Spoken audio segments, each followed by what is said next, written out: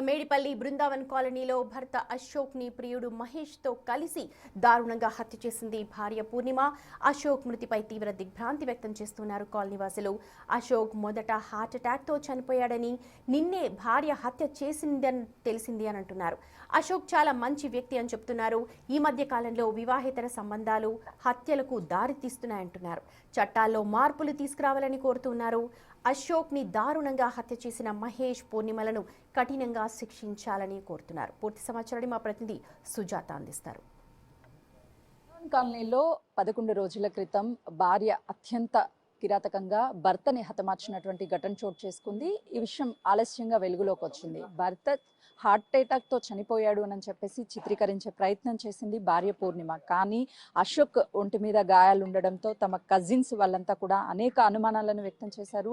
ఇదే ఇంట్లో గత 4 సంవత్సరాల నుంచి కూడా అశోక్, పూర్ణిమ తన కుమారుడితో కలిసి ఉంటూ ఒక ప్లే స్కూల్ని కూడా నడుపుతున్నారు. అయితే ఎప్పుడైతే ఈ హత్య జరిగిందో, హత్యకి సంబంధించి తన గుండెపోటుతోనే చనిపోయాడు అని చెప్పేసి చాలా వరకు అందరినీ నమ్మించే ప్రయత్నాలు చేసింది. కానీ పోస్ట్ మార్టం రిపోర్ట్ మాత్రము తనది చనిపోలేదు, హత్య అని చెప్పేసి పోస్ట్ మార్టం రిపోర్ట్ బయటపెట్టింది. అసలుకి అశోక్ ఎలా ఉండేవాడు అని చెప్పేసి ప్రస్తుతం తమ కొలీగ్స్ ఉన్నారు, వాళ్ళతో మాట్లాడదాం.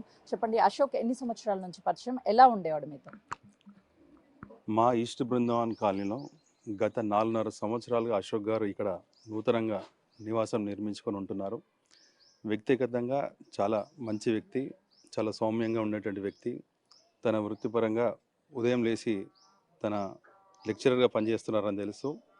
తన ఉద్యోగానికి వెళ్ళి తిరిగి సాయంత్రం వచ్చిన తర్వాత చిన్నపిల్లలకు ట్యూషన్ చెప్పేటువంటి వ్యక్తి, చాలా మంచి వ్యక్తి. చుట్టుపక్కల ఉన్న వ్యక్తులతో కూడా చాలా మంచిగా ఆప్యాయంగా పలకరించేటువంటి వ్యక్తి. ఇలాంటి సంఘటన జరిగిన తర్వాత మేమందరం కూడా షాక్కి గురయ్యాం. మరి ఇలాంటి సంఘటనలు ఈ సమాజంలో ఎక్కడ పోతున్నామన్న సందేహాన్ని మా అందరిలో కలచన వేస్తుంది. భవిష్యత్తులో కూడా ఇలాంటి జరగకుండా కఠినమైన చర్యలు, కఠినమైన ఇవి ఉండాలని చెప్పేసి మేమందరం కోరుకుంటున్నాం. మీరు చెప్పండి, మీరు కాలనీలో రెగ్యులర్గా వాకింగ్ చేస్తూ ఉంటారు, అశోక్తో పరిచయం ఉంటుంది. తన ప్రవర్తన ఎలా ఉండేది? ఎప్పుడన్నా కుటుంబ సమస్యలు చెప్పుకునేవాడా?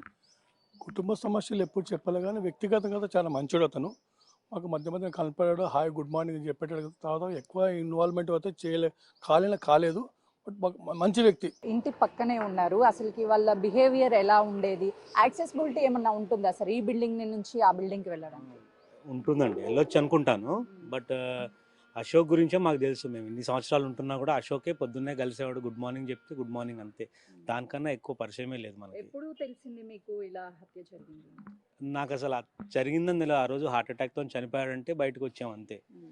అయినప్పుడు కూడా మాకు ఇన్ఫర్మేషన్ లేదు. ఇక్కడ అంబులెన్స్ ఆగితే రోడ్ జామ్ అయింది, దానివల్ల బయటకు వచ్చి చూస్తే స్ట్రోక్తో చనిపోయారంటే చూసాం మేము. తర్వాత నిన్న తెలిసింది మాకు, న్యూస్లో వచ్చింది ఇలా అని. అంటే మీరు బాడీని చూసినప్పుడు మీకు అనిపించిందా తన ఒంటి మీద గాయాలు కానీ లేకపోతే? అట్లేం లేదు, నేనేం చూడలేదు అంతా. అసలు స్ట్రోక్ అంటేనే రోజు పొద్దున్నే గుడ్ మార్నింగ్ చెప్పాను, సాయంత్రానికి హార్ట్ అటాక్ అంటే మేము బిలీవ్ చేయలేకపోయినాం. అసలు షాక్లోనే ఉన్నాం. అప్పటికి అంత ఆలోచన రాలేదు మాకు అసలు. సార్, మీరేం చెప్తారు? ఇలాంటి ఘటనలు మనం రెగ్యులర్గా ఎక్కడొకక్కడ చూస్తూనే ఉన్నాము. అంటే ఈ అక్రమ సంబంధాలు అనేది వివాహిత సంబంధాలన్నిటిని కూడా చంపేస్తుంది. సో ఏం చెప్తారు? అంటే సొసైటీలో రాను రాను తన వ్యక్తిగత సుఖాల కోసం కట్టుకున్న భర్తనే ఇలా చేయడం చాలా దారుణమైన విషయం.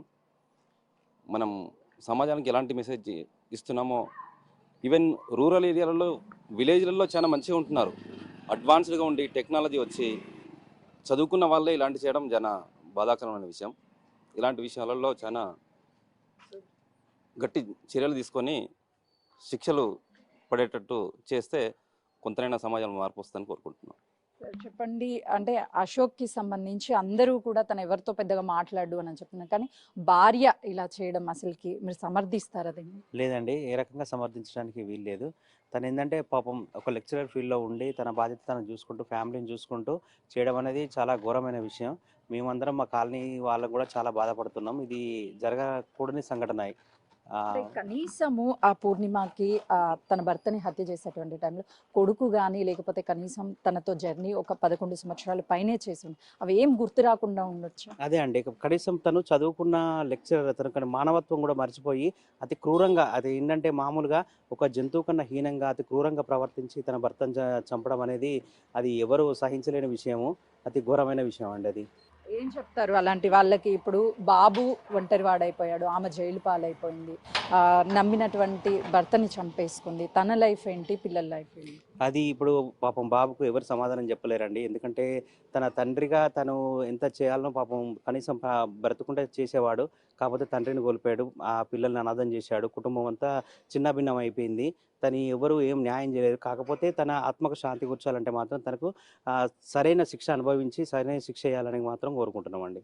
ఎగ్జాక్ట్లీ, ఎందుకంటే మీరు ఎన్నో సంవత్సరాల నుంచి కాలనీలో ఉంటున్నారు, ఎప్పుడు ఇలాంటి ఘటన జరగకుండా ఉండొచ్చు. కానీ తను అశోక్ ఎన్నో ఆశలతో ఇల్లు కట్టుకున్నాడు, కుటుంబం కోసం ఉన్నాడు, కానీ భార్య అలా చేయడాన్ని ఏం చెప్తారు? వివాహ సంబంధంలో ఇలాంటి ఘటన చాలా దిగ్భ్రాంతం గురి చేసిన అందరినీ, ప్రతి ఒక్క కుటుంబాన్ని ఆలోచింపజేసే సంఘటన ఇది. మరి ప్రత్యేకించి మా కాలంలో మీరు అన్నట్టు ఇది మొదటిసారి, ప్రథమం. ఇలాంటి సంఘటన భవిష్యత్తులో ఎలాంటివి జరగకుండా ఉండాలంటే చట్టాలు మరింత కఠినంగా ఉండాలి. ఇలాంటి వాటిని నిర్ధారించిన తర్వాత శిక్షలు చాలా కఠినంగా ఉన్నప్పుడే మరి ఇలాంటి సంఘటనలు జరగకుండా ఉంటాయని మేము ఆశిస్తూ ఉన్నాం.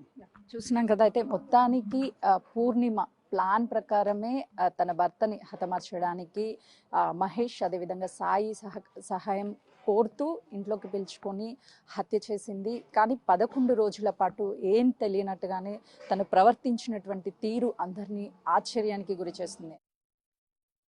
రైట్, ఇక పూర్ణిమ తన భర్త హార్ట్ అటాక్ తో చనిపోయినట్లుగా క్రియేట్ చేసిందంటున్నారు మల్కాజ్గిరి డీసీపీ శ్రీధర్. పోస్ట్ మార్టంలో ఊపిరి ఆడకుండా గొంతు నులిమి హత్య చేసినట్టుగా రిపోర్ట్ వచ్చిందంటున్నారు.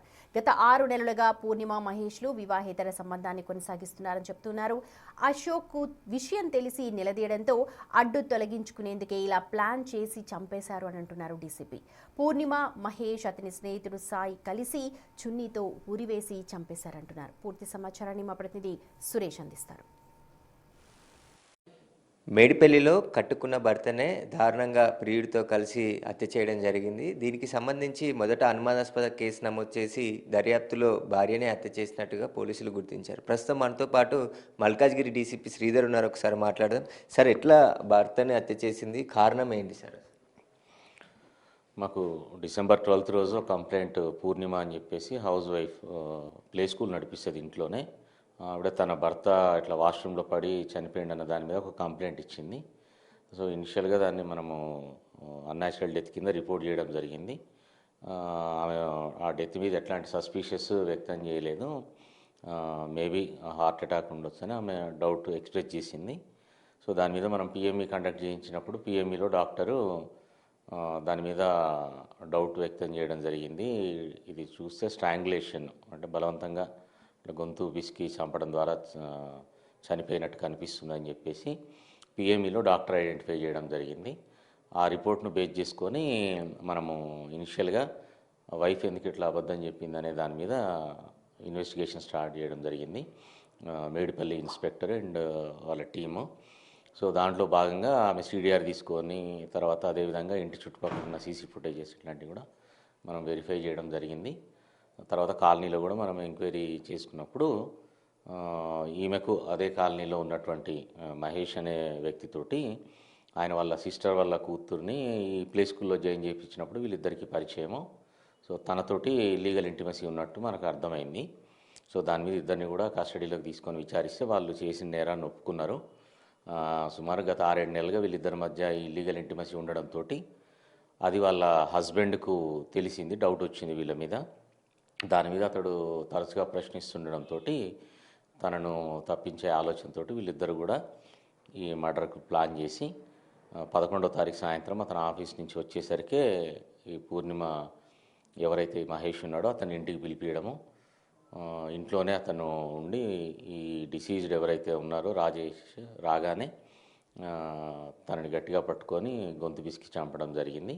ఈ మర్డర్ కొరకు ఎవరైతే మహేష్ ఉన్నాడో మహేష్ వాళ్ళ ఫ్రెండ్ సాయి కుమార్ అని చెప్పేసి అతని సహాయాన్ని కూడా తీసుకున్నారు. ఆ రోజు డెఫినెట్గా పిఎంఈ కండక్ట్ చేయించడం జరుగుతుంది. కాజ్ ఆఫ్ డెత్ తెలుసుకున్న తర్వాతనే అటువంటి కేసులన్నీ కూడా ఫైనల్ చేయడం జరుగుతుంది. సో ఇటువంటి నేరాలకు పాల్పడి తప్పించుకోవచ్చు అనే ఆలోచన చేయడము మూర్ఖత్వం తప్పితే ఇంకోటి కాదు. డెఫినెట్గా ఏ క్రైమ్ చేసినా సరే అది వెనకో ముందో లేట్గానైనా సరే డెఫినెట్గా పోలీసుకు తెలుస్తుంది, చట్టానికి దొరుకుతారు. అంటే ఇటీవల తరచుగా చూస్తున్నాము అన్ని చోట్ల కూడా ఏదైతే సోషల్ మీడియా పెరగడము, ఈ లైఫ్ స్టైల్ ఏదైతే జాబ్ ఆపర్చునిటీస్ పెరిగి ఎక్కువ మందితో ఇంటరాక్షన్ ఉండే ఇటువంటి క్రమంలో ఈ రిలేషన్స్, ఇల్లీగల్ రిలేషన్స్ అనేటట్టు ఎక్కువ కావడం జరుగుతున్నాయి. సో పోలీస్ పరంగా మేము చెప్పేది ఒకటే, ఏదైతే మ్యారేజ్ రిలేషన్ ఉందో దానికి గౌరవించండి. ఆ నమ్మకాన్ని, భార్యాభర్తల మధ్యలో ఏదైతే నమ్మకం ఉంటుందో దాన్ని కాపాడుకుంటూ లైఫ్ని గడపండి. ఇన్ కేసు ఏదైనా డిస్ప్యూట్స్ ఉంటే మీకు విడిపోవడానికి లీగల్గా చాలా మార్గాలు ఉన్నాయి. చట్టపరంగా విడిపోయి ఎవరి లైఫ్ వాళ్ళు గడపచ్చు తప్పితే ఇటువంటి పనులకు పాల్పడడం వల్ల ఏం ఉపయోగం లేదు. ఇప్పుడు ఎవరైతే దీంట్లో పార్టిసిపేట్ అయ్యారో డెఫినెట్గా వాళ్ళకు కన్విక్షన్ వచ్చే అవకాశం ఉంటుంది. దీంట్లో వాళ్ళ లైఫ్ అంతా కూడా మళ్ళీ జైల్లోనే ఉండాల్సి వస్తుంది తప్పితే ఏం ఉపయోగం ఉండదు. ఫర్దర్గా ఇటువంటి వాటిలో ఎవరైతే ఇద్దరికి సంబంధం ఉందో ఆ వైఫ్ పారామర్, వాళ్ళకు సపోర్ట్గా ఇంకో ఫ్రెండ్ పోయిండు, ఇతనికి అసలు అవసరమే లేదు ఇష్యూలో. సో అందరూ కూడా గమనించాలి. యువత ఏదైతే ఉందో మీకు ఆ సంబంధం లేని విషయాల్లో జోక్యం కల్పించుకుంటే ఇప్పుడు ఇదే మర్డర్ కేసులో తనకు కూడా వస్తుంది. Just he's aged about 24-25 years. అతని లైఫ్ అంతా కూడా స్పాయిల్ అవుతుంది. కాబట్టి అది గుర్తుంచుకోవాలి అందరూ కూడా. చట్ట వ్యతిరేక పనులు ఏది చేసినా సరే చట్టానికి దొరికినప్పుడు దొరుకుతారు ఖచ్చితంగా. మీ లైఫ్ అంతా కూడా స్పాయిల్ అవుతుంది.